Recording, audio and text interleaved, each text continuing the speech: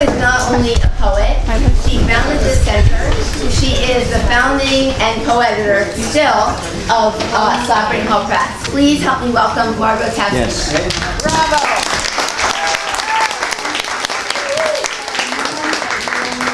I want everyone to relax. I time mine, it's definitely under 10 minutes, so just relax. And I wanted to take a few minutes to say what I'm thankful for. First of all, I'm thankful that I'm going before Karen Finley, not after her. And second of all, I wanted to say I'm thankful for Jennifer Franklin, because I've been here from the beginning. She's done such an incredible job. And she's such a great person in so many ways, a great teacher, a great friend, a great poet, a great editor. I just can't even list all the great things she is. The Writers' Center would not ever be what it is without her. Thank you. The other thing is, my own very own husband, Donald Stever, who happens to be here, who's the chairperson, and founding board members. The Writers' Center would not be here for one moment if it weren't for Donald Stever. Also, the other board members who are here, like Mary Lindner, and mentioned that Pat Farewell, founding board member, is here from the Midwest. We haven't had her happen, and she's going to be living in Pleasantville, or she already is, part-time, so that's so exciting, and we welcome her back to the Writers' Center. I've been extraordinarily fortunate to have two collections of poetry published, and a first one is about, I'm going to read from my chapbook, which literally was published by Patty Wampus Press last week. It's about the sixth extinction, which has hit the front page of the New York Times recently, unfortunately. I will read the first poem that I'll read is the title poem, Ghost Moose. Searching for moose, the children run down to the river, calling the already gone, the forgotten. For freedom of stench, the smell of skunk weeds, moose calves become ghosts, rubbing fur, skin, scraping ticks off on tree bark. In mild winters, ticks multiply and multiply, occupy moose calves, killing them softly. Their mothers witness starvation from blood loss. Moose calves resemble ghosts, tearing fur, skin, calves waste away. Wasted bodies frighten the forest floor. Foresters call April the month of death. And I'm just going to read a couple of poems from my chapbook. The last poem in the collection is set in the future. It's titled End of Horses. I write to you from the end of the time zone. You must realize that nothing survived after the horses were slaughtered. We sleep below the hollow, burned out stars. We look into dust bowls searching for horses. When you walk in the country, you will be shocked to meet substantial masses on the road. We do not know who to accuse or where the horses were driven, who slaughtered them, or for what purpose. Had the horses slept under the linden trees? The generals and engineers pucker and snore on the veranda. I'm going to read some poems from my second full-length collection, Craft Piano, which was published by Cabin Carey Press also in April. And many of the poems delve into the line between the certifiably insane and the irrationality of everyday life. The first poem I'll read is titled Idiot's Guide to Counting. How do you become one with the horse, riding and becoming the act of riding, and the horse becoming the self and the other at exactly the same time, counting strides, counting muscle movement, counting fences, hurtling over them with the horse, counting the everything of one. How do you count? How do you pull a muscle turning over in bed at night?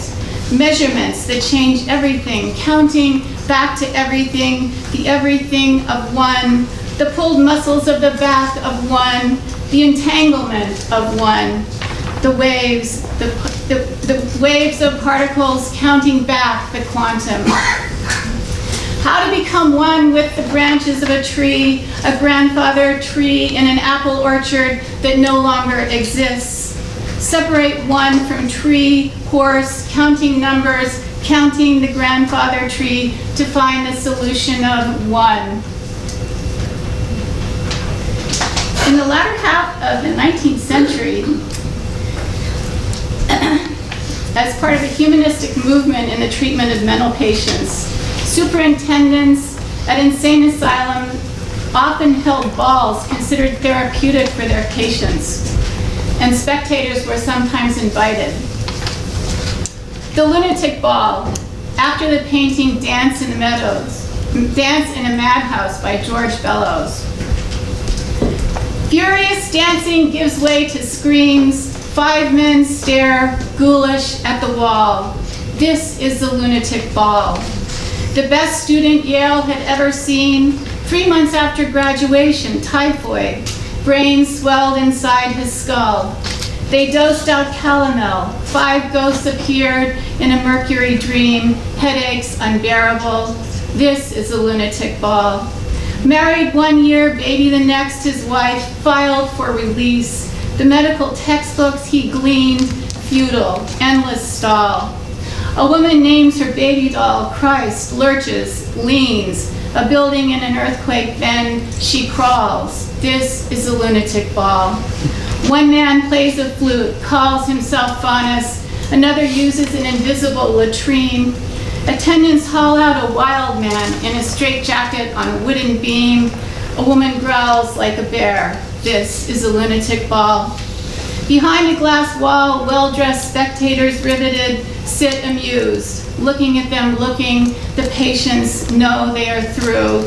Spectacled men sport greatcoats, and laced-up women make jokes in the shimmering hall. And I want to read this elegy for my mother and for nature. My mother is dying. In the place where she belongs, suffering erases itself. Doves bring her seeds. Horses sleep next to her in the straw. Where she belongs, a welcoming place holds her, keeps her from running away. The greenness of the hay turning to gold. Already the rain's restless trajectory. My mother is busy dying. She no longer knows my name.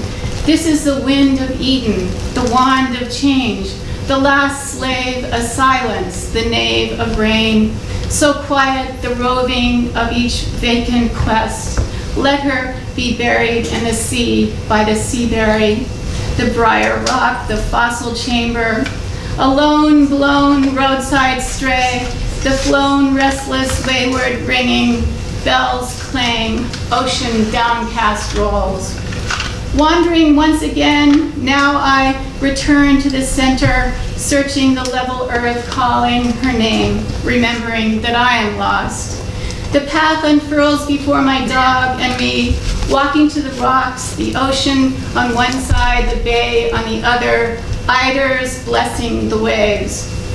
The seagull's spontaneous burst, how it hurts with the radio blaring. My mother is dying, gone from a body that has abandoned her.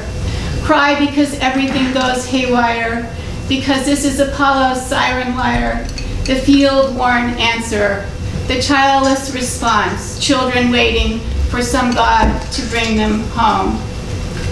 And my last word is to say, I wanted to thank Fred Marchand, for whom that poem would not have existed if I didn't take his workshop. Thank you.